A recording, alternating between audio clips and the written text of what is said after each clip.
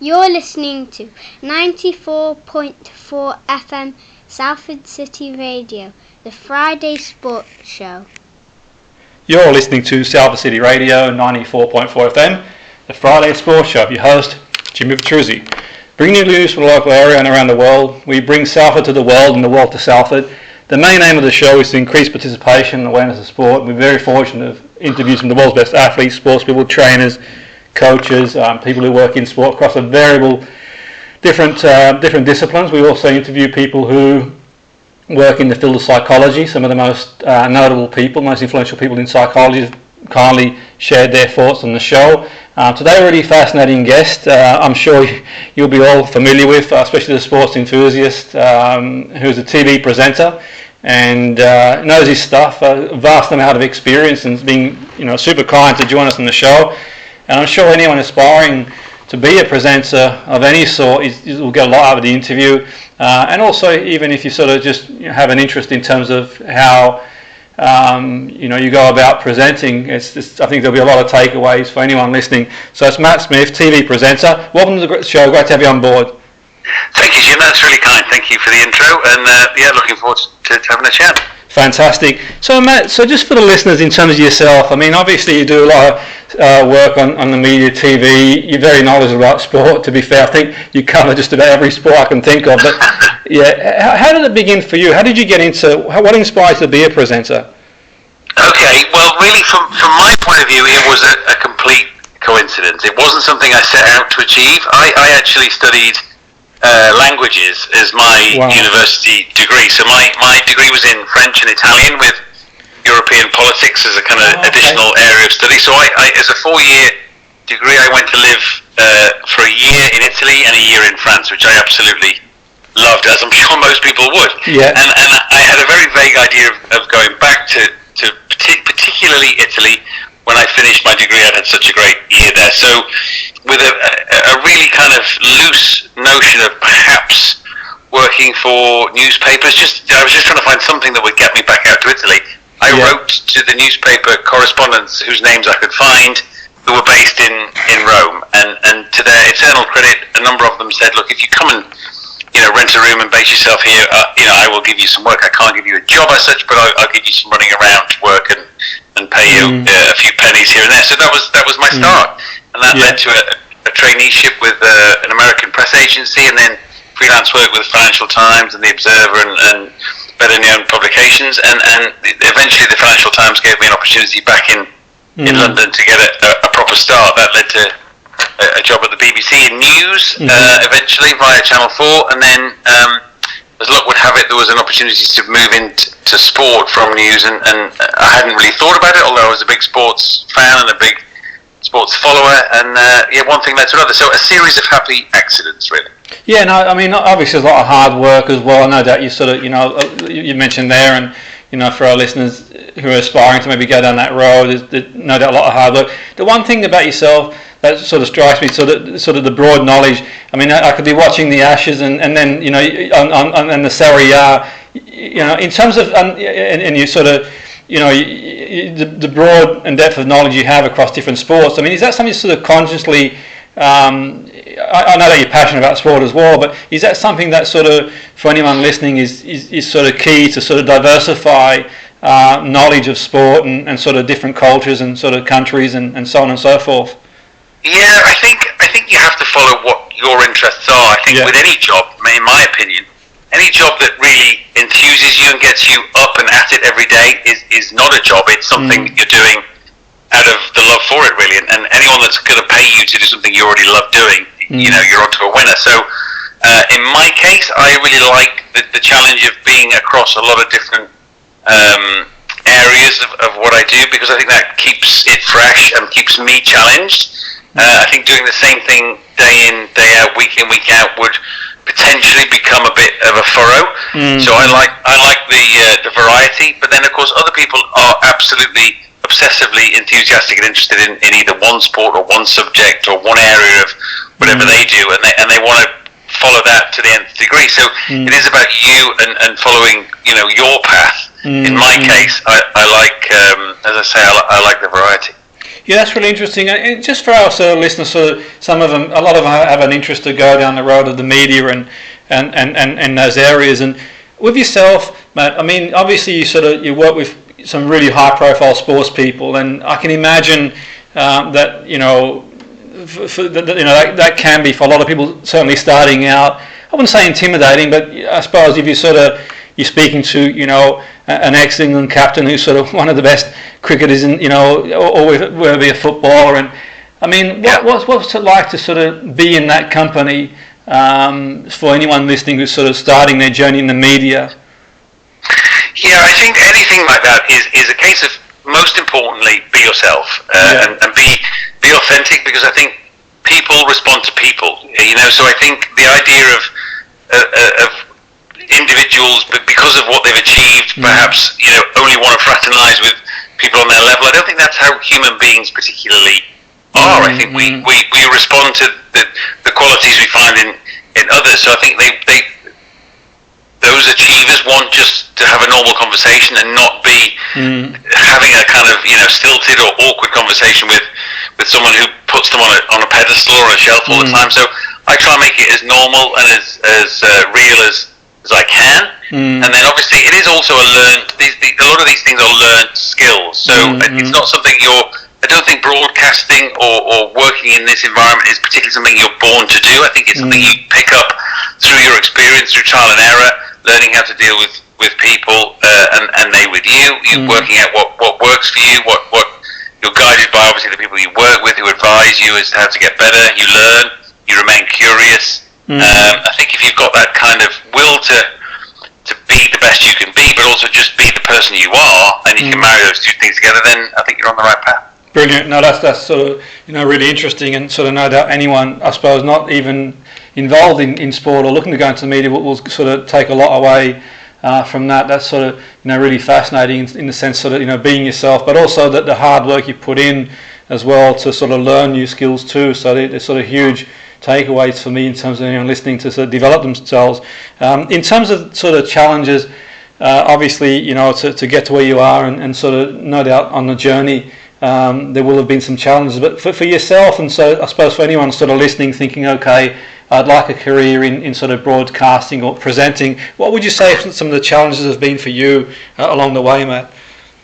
Well, obviously it's a competitive business, and I think we'd all understand that, but so there's a few things I guess you need that I would say from my experience. You need persistence because it's the first step is often the most difficult. It's a question of getting opportunities to make that first work experience or that first step, and that is a case of knocking on doors and not being too flat. If you sometimes get a rejection or we haven't got time or space or opportunity at the moment, you've just got to be willing to keep asking without being a real pain about it. But you obviously do have to be a bit persistent. You also need a bit of luck, so you need to just be asking the right question to the right person at the right time, and that those two things obviously go together.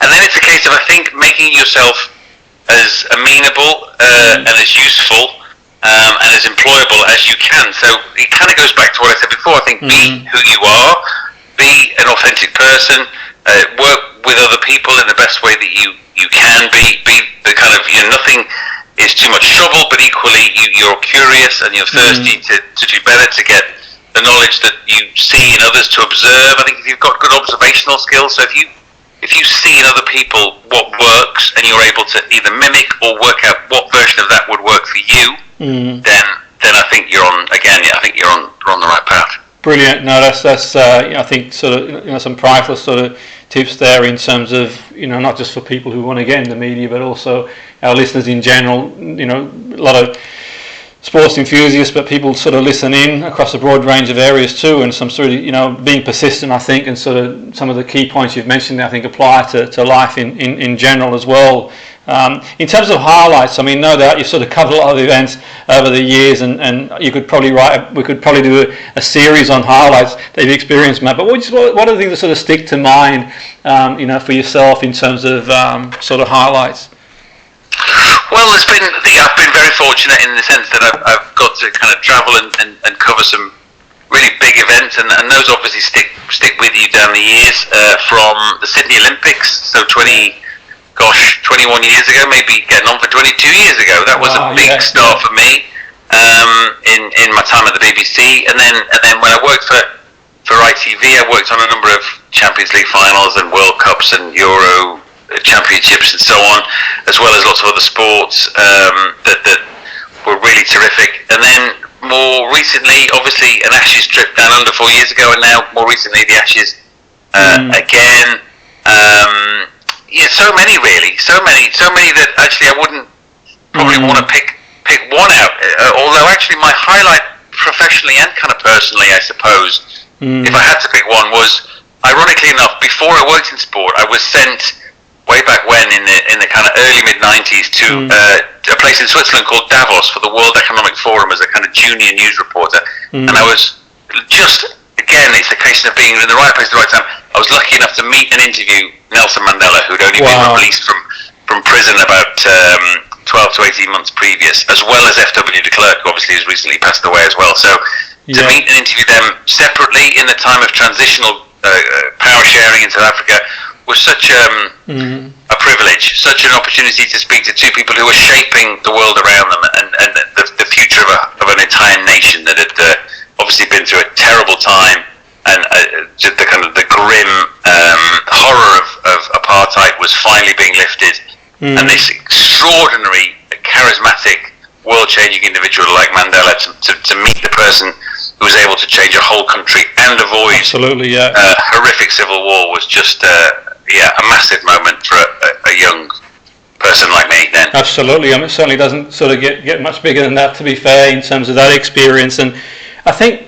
you mentioned there sort of, the people and sort of, I suppose, sport is one thing, and like you've mentioned there, that there are things that are, obviously bigger than sport as such in some respects, but sport is really important to people and as well. And one thing do you get a sense, Matt, how important sport is to people? I mean, you mentioned that you covered the Sydney Olympics, and we've sort of seen, for example, one of the things that sort of we're keen to do on the show is to sort of, make sure that sports carry on, being funded and supported. The British public love their sport, and I suppose you mentioned the Olympics there. We've seen sort of from 96, the GB team, to now being probably one of the most successful Olympic teams in the world, really. In terms of yourself, do you get a sense of how important that is to the viewer's sport? I mean, I think there's, it's not a substitute for things that, outside of sport, but it is a big deal. I think it's great. I think it really is important that sort of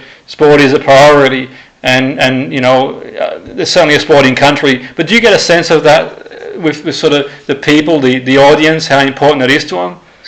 Oh, I think so. Yeah, I think all over the world, but obviously, in my case, I can only speak directly, really, for the experience I've had here.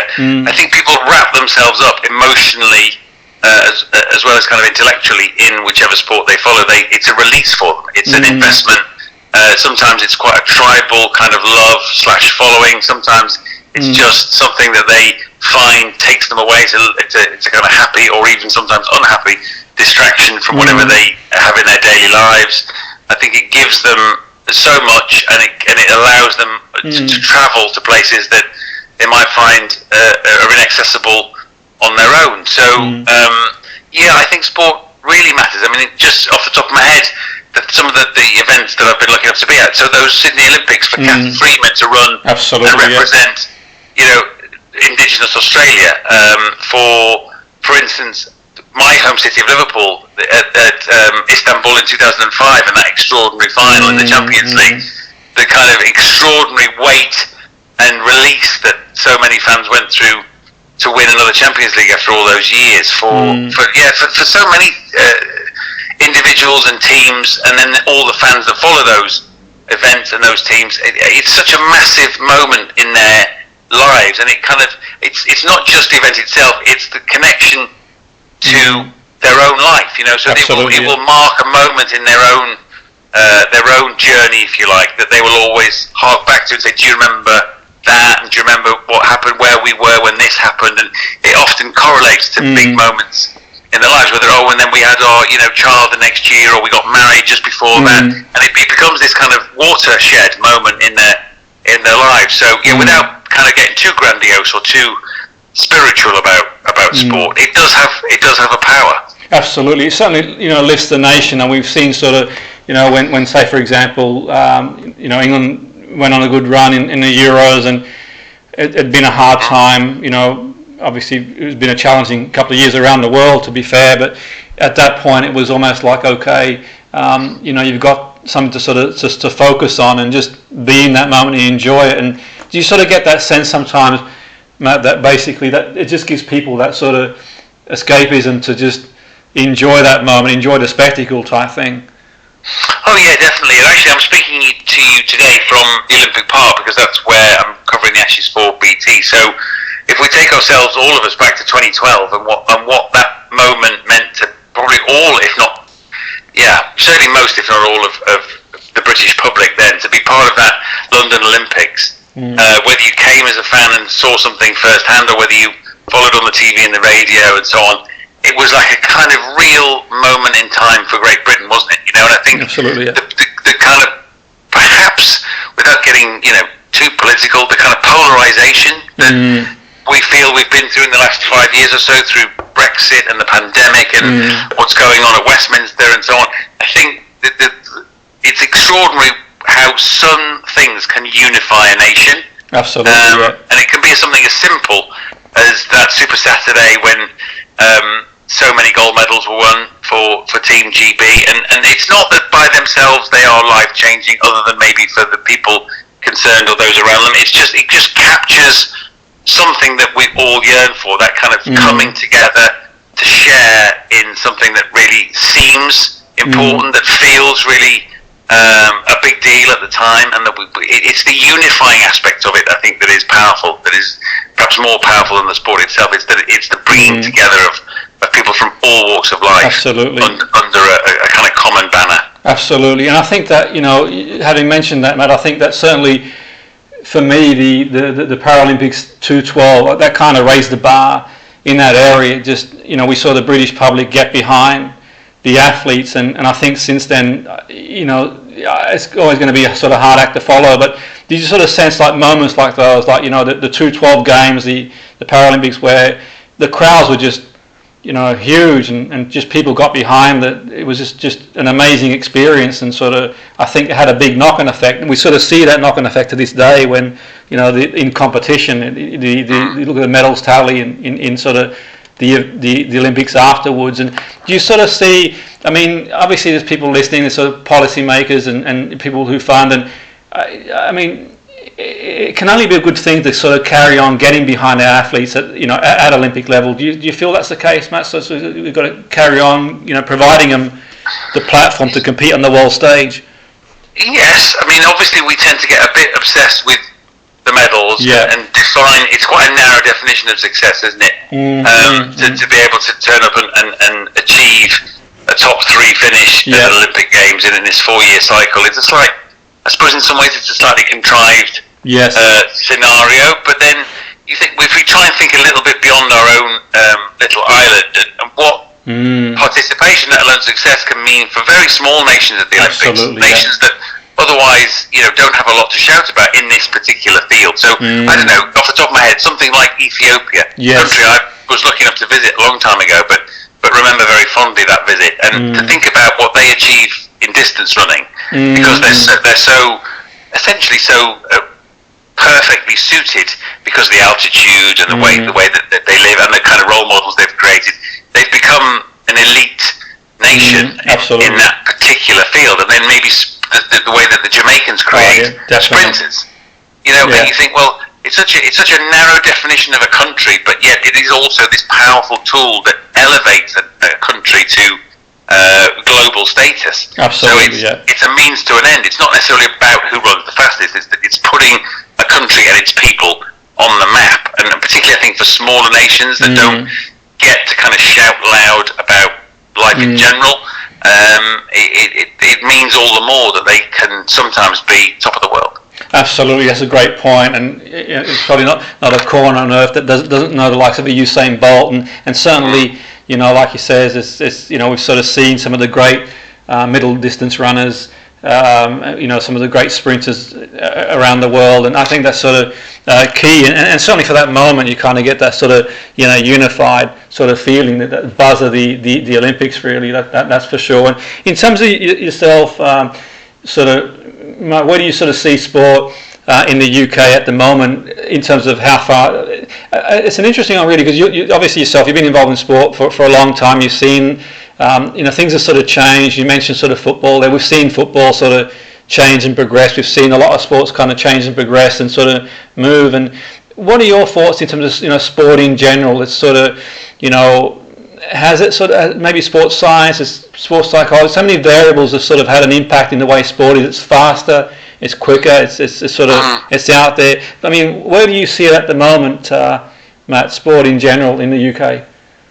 Well, I think it still has a very central part to play. I mean, I think it moves in new directions, some of which are healthy, some of which perhaps less so. I think some sports get their moment in the spotlight, as we've said, as we've discussed around Olympic cycles or otherwise, and I think some sports and sports people have the power to perhaps make us reconsider how we feel about certain things. So I think, for instance, the whole current debate around mental health is a very valuable one, and it's probably one that sport helps us understand, helps us have access to. So a quite controversial figure in some ways, like Tyson Fury, has used the platform of boxing and his profile to give a lot of people pause for thought about mental health, and I think that's a very good thing.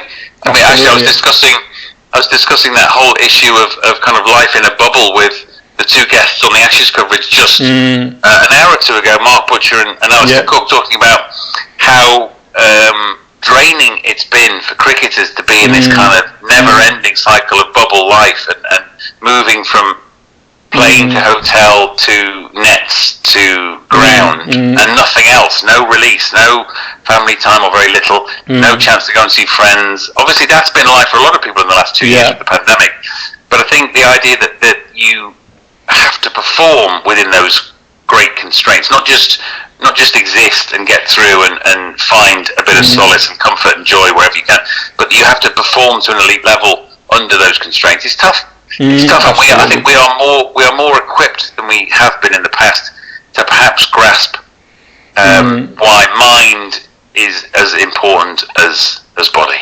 Absolutely, that's a great point, and I think that, like you've mentioned there, the likes of Tyson Fury sort of spoken and about his sort of challenges and I suppose that sort of, I think it helps. I think the more high profile people talk about it, kind of normalizes that it's okay not to be okay. We'll go through challenges and around the world the last couple of years, and it hasn't been easy. And you mentioned the cricket there. I think certainly they're great athletes and they've got the opportunity to sort of represent their country, and which is fantastic for them, and not sort of taking that away. But it must be a challenge in terms of sort of travelling, for sure. I'm sort of, speaking about the Ashes there, you kind of think, well, I'm sure, the likes of Joe Root doesn't need me to make excuses for him, but when you think you're sort of travelling across the other side of the world, and it's a different sort of situation that's sort of presented. I'm pretty sure that some of the variables have had an impact on the players, where you've got to get out there and play the best of your ability, but you're in that sort of bubble as well. So I don't think it's been easy for the players. That's not to say that all things being well, they've gone out there and won, but certainly it does make it a lot tougher. I think competing in sort of the situation we find ourselves in the world at the moment, Matt. Do you not think it's sort of perhaps sort of it's for an athlete in general sort of it might be a bit more sort of challenging than it would have been previously, when all things being whatever normal was back then? I don't doubt for a second it's more challenging. I think life's been hard for a lot of people, in the last 18 months, 2 years. I think there's no doubt about that, and I don't think any sports person, particularly at the top level, would ever confuse the privilege of their position in lots of ways with the kind of normal lives that the rest of us live. I think they are very well aware that their ability and their commitment has given them this platform to have a great life, however short it might be. But I think we tend to think that because that part of their life is perfect, every part of their life is perfect. And it's not. I think you only have to really spend a bit of time with the people we're talking about here, the elite performers, to know that it's always a bit more complicated than that. There are always sacrifices of one type or another in order to either get to or stay at that top level. And it's never quite as cut and dried as we want to see it as this kind of rose-tinted view of the elite sports people. They give up a lot in order to achieve a lot, and also the flame doesn't burn that bright for that long, so it's coping with the getting there, the staying there, and then the stepping off the stage, and I think all of those things are not without their challenges. So I think whilst it's been a tough time for a lot of people, and as I say, I wouldn't want to confuse the tragedy of the last 2 years with the privilege of a lot of sports people. I think we should remember that most lives are rather more nuanced, more complex than maybe we see from the outside. And the media, of which I am a part, is always sometimes guilty of that slightly one-dimensional view. No, absolutely, and I think that I think it's sort of a great message, really, in terms of absolutely sort of privilege, and many of them obviously they've all worked hard to get there, but certainly they go through their own sort of trials, tribulations, and I think in the highest level of sport the margins are so minimal, Matt. It's like incredible, where it's just if preparation isn't 100% for whatever reason, sometimes variables you can't control, and I mean, these are some of the best athletes in the world, and on any given day, we're talking like some of the smallest margins can tip the balance in one area or the other. And I think that's from looking at from the outside in, and I can't speak for many of them, but you can sort of see that, that there are sort of variables, uncontrollable variables in sport at the moment that certainly can sort of, tip the balance in the direction of a certain team, and we sort of see it in league football. So one team could be missing a number of players because COVID or whatever, and a number of things, and it's just, I think it's another challenge that sort of certainly presented itself. And to be fair, I think from what I can see, many sports people have they've got on with it, they've sort of dealt with it to the best of their ability. But I certainly, the message for the listeners is, they're human beings. Everything's got its inherited issues, really, and that's sort of a key point, really. And yourself, Matt, I mean, obviously, sort of your own vision. I mean, more of the same. I mean, you sort of covered some of the biggest events in the world, and no doubt you'll keep covering some of the biggest events. But sort of, I know that you still get the buzz now, but your sort of vision going forward, sort of carry on doing what you're doing, or? Oh, I'd say so. Yeah, absolutely, Jim. Yeah, I think my position is a privilege, and I certainly don't take that for granted. Rubbing shoulders with these guys and learning from them and getting to cover these events that I'm lucky enough to do, I would never take that for granted. So yeah, I will hang in there and try and be relevant and useful for as long as I can, knowing, of course, also that there's also an element of this job, like many others, where you're trying to, pass on tips and a little bit of wisdom to those that follow, giving them the tools to be the next ones that perform that role. So I'm a kind of a keeper of the flame, really, I suppose, in a very small, modest way. Absolutely, and you've been sort of generous of your time and great to join us. And I suppose a final question. And I generally ask this to most of the people guests who join us on the show. If there's sort of it's difficult to give any advice, everyone's on their own path, but if there's any tips you could sort of, building on that, give any, one sort of getting into the industry who's sort of, probably no better person than yourself to sort of maybe give a few tips in terms of anyone sort of looking to get into the industry. What could you say? So it's like a younger self type thing, Matt, sort of getting into the industry, sort of making their way into presenting, or anyone of any age really, because obviously people make that transition at different points of their life. But what would you say, Matt, would be a couple of sort of tips they could take away? So I would say look for any and all opportunities. Take whatever opportunity you can to get work experience that's valuable, and then if you get those opportunities, make the most of them without being obviously a total pain or pest. Yeah. Ask questions, show enthusiasm, show willing, think about what you can take away from any given hour, moment, day, week, whatever it might be, be a curious George, be someone that spends their life trying to be the best that they can be, and just be interested in the world around you. That is essentially what a journalist, a broadcaster, an interviewer. That's certainly my job, is essentially to be interested in the people around me and what they do. And it's as simple as that, really. So absolutely, keep asking, just keep asking questions. That's Brilliant. No, that's really powerful stuff. But I really want to thank you, Matt, for coming aboard the show. It's been great speaking to you, and know that the listeners really enjoyed hearing about your journey and some of the insights into what it's like in the world of broadcasting at the highest level. So thanks again for your time, Matt. It's been great speaking to you, and we wish you every success in the future. My pleasure, Jim, and good luck to you and, of course, all the listeners. Brilliant. That was Matt Smith, who needs no introduction in the world of presenting. I'm sure many of you are familiar with. He's been very kind enough to join us on Salford City Radio 94.5 FM, the Friday Sports Show with your host, Jimmy Petruzzi.